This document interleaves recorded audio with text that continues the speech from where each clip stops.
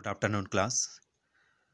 Today we discuss the anti-tuberculosis drug, and in this topic, firstly we cover the introduction part and the symptoms of tuberculosis disease, and classifications and types of tuberculosis, and diagnosis of tuberculosis and side effects of specific drugs. Class अगर हम बात करें tuberculosis की, तो tuberculosis है वो क्या है, एक कम्युनिकेबल डिजीज है और एक क्रोनिक डिजीज है। फर्स्टली हम क्रोनिक की बात करें तो क्रोनिक क्या होता है, जो लॉन्गर पीरियड तक चले, यानी कि जिसका जो ड्यूरेशन ऑफ पीरियड है वो क्या है, लॉन्गर हो, वो क्या होती है आपकी क्रोनिक डिजीज। और एक्यूट जो डिजीज है वो क्या होती है, शॉर्टर पीरियड टाइम के लिए होती है, उसको हम क्या बोलते हैं, एक्यूट।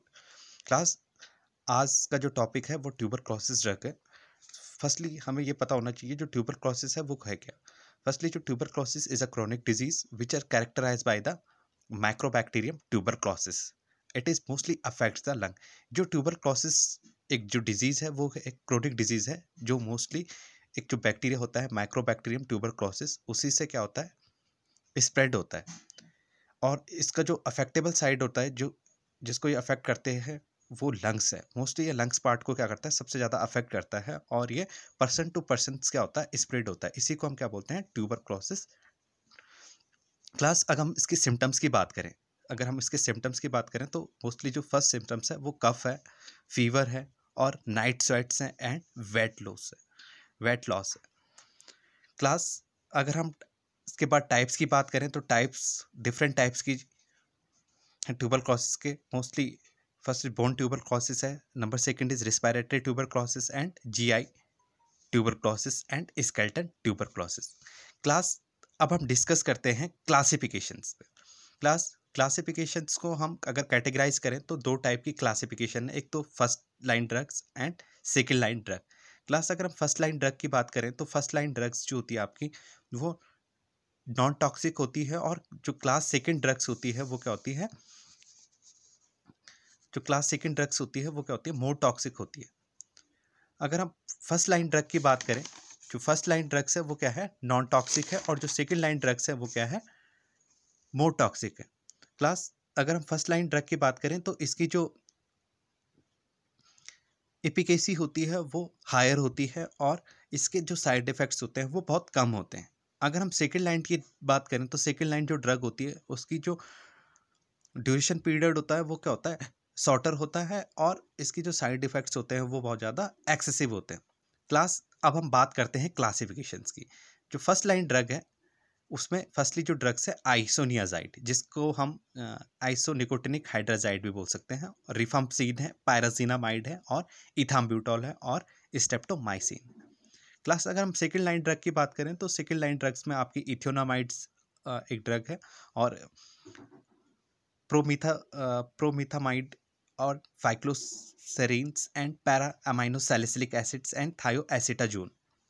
देन अगर अदर ड्रग्स की बात करें, जो ड्रग ऑफ चॉइस है ट्यूबरक्लोसिस ड्रग्स डिजीज़ में, उसमें आपकी जो ड्रग्स हैं वो एक फ्लोरोक्विनोलॉन्स है। फ्लोरोक्विनोलॉन्स मोस्टली एक एंटीबायोटिक्स है। मोस्टली जो इसका मैकेनिज्म एक्शन है वो क्या करता है, डीएनए गायरेज एंजाइम की एक्टिविटी को इनहिबिट करता है। उसके बाद इसी में आपकी ओफ्लॉक्सासिन है, लीवोफ्लॉक्सासिन है, मॉक्सीफ्लॉक्सासिन है, एंड एमिकासिन्स हैं, एंड सिप्रोफ्लॉक्सासिन है। क्लास अगर हम बात करें एंटी ट्यूबरक्लोसिस ड्रग्स की, तो एग्जाम में सबसे ज़्यादा पूछा जाता है कि first line drug and second line drug में क्या डिफरेंस है। तो क्लास सबसे पहले आपको ये पता होना चाहिए जो फर्स्ट लाइन ड्रग्स है एंड सेकेंड लाइन ड्रग्स है उसमें बहुत ज़्यादा कंपैरिजन तो है नहीं, बट आपको ये पता होना चाहिए जो फर्स्ट लाइन ड्रग्स होती है वो नॉन टॉक्सिक होती है, और जो सेकेंड लाइन ड्रग है वो क्या होती है, टॉक्सिक होती है। सेकेंड लाइन ड्रग को हम कब प्रिफर्ड करेंगे, सेकेंड लाइन ड्रग को हम तब प्रिफर्ड करेंगे जब जो बैक्टीरिया होता है ट्यूबरक्लोसिस का वो रेसिस्ट हो जाता है। रेसिस्टेंस है क्या, यानी कि जब ये भी एक बोल सकते हो आप कि जो रेसिस्टेंस होता है वो डिफरेंट कैटेगरीज में जनरेट हो सकते हैं। मोस्टली जो रेसिस्टेंस है उसकी एक सिंपलिफाइड डेफिनेशन है uncontrol growth, unwant simply see एक डेफिनेशन है anti tuber sorry unresponsiveness of microbes to the anti microbial therapy, यानी कि माइक्रोब्स का कोई रिस्पॉन्स नहीं आता है जब हम एंटीबायोटिक्स या फिर एंटी ट्यूबरकोसिडल ड्रग्स यूज़ करते हैं, तो उसी को हम क्या बोलते हैं, रेसिस्टेंस। क्लास अगर हम बात करते हैं ट्यूबरक्लोसिडल ड्रग्स की, तो फर्स्टली जो ड्रग आइसोनियाजाइड जब डिस्कवर्ड हुई थी 1952 में, तो इसके जो यूजेस थे वो बहुत ज़्यादा अच्छे आ रहे थे। उसके बाद 1961 में इथाम्ब्यूटोल जनरेट हुई, जिसके यूजेस एंड साइड इफ़ेक्ट्स भी कम ही थे, क्योंकि ये फर्स्ट लाइन ड्रग्स में यूज़ होते थे और इनका जो एक्शन था वो बैक्टीरिया फिडल, यानी कि बैक्टीरिया फिडल क्या है मैंने आपको बताया है। बैक्टीरियल जो क्या करती है, बैक्टीरिया की ग्रोथ को किल करती है। This is also known as bacterial. और जिसका टाइम पीरियड होता है वो 6 to 9 मंथ्स का होता है। क्लास देन अब हम डिस्कस करते हैं mechanism action of anti tuberculosis drugs. Class अगर हम मैकेनिज्म एक्शन की बात करें तो इसमें जो फर्स्ट ड्रग है आइसोनियाजाइड। आइसोनियाजाइड मोस्टली किसको इनहिबिट करती है, माइक्रोलिक एसिड सिंथेसिस को इनहिबिट करती है। देन हम बात करते हैं क्विनोलॉन्स की। क्विनोलॉन्स भी मैंने आपको बताया कि इसमें डिफरेंट कैटेगरीज है, मॉक्सीफ्लॉक्सासिन है, फ्लोरोक्विनोलॉन्स है। इनका जो मैकेनिज्म एक्शन है मैंने आपको बता रखा है, ये डीएनए गायरस एंजाइम की एक्टिविटी को इनहिबिट करती है। देन हम बात करते हैं साइड इफेक्ट्स ऑफ ड्रग्स। क्या क्या साइड इफेक्ट्स हो सकते हैं ड्रग्स के। फर्स्टली आपका हिपैटोटॉक्सिसिटी, हिपैटो मतलब यानी कि लीवर को टॉक्सिक करेगा। देन उसके बाद रैसिस हैं। देन आर्थलेजिया। आर्थलेजिया एक कंडीशन है जिसमें क्या होता है कि जो जॉइंट्स हैं उसमें पेन जनरेट होता है, तो इसी को हम आर्थलेजिया कहते हैं।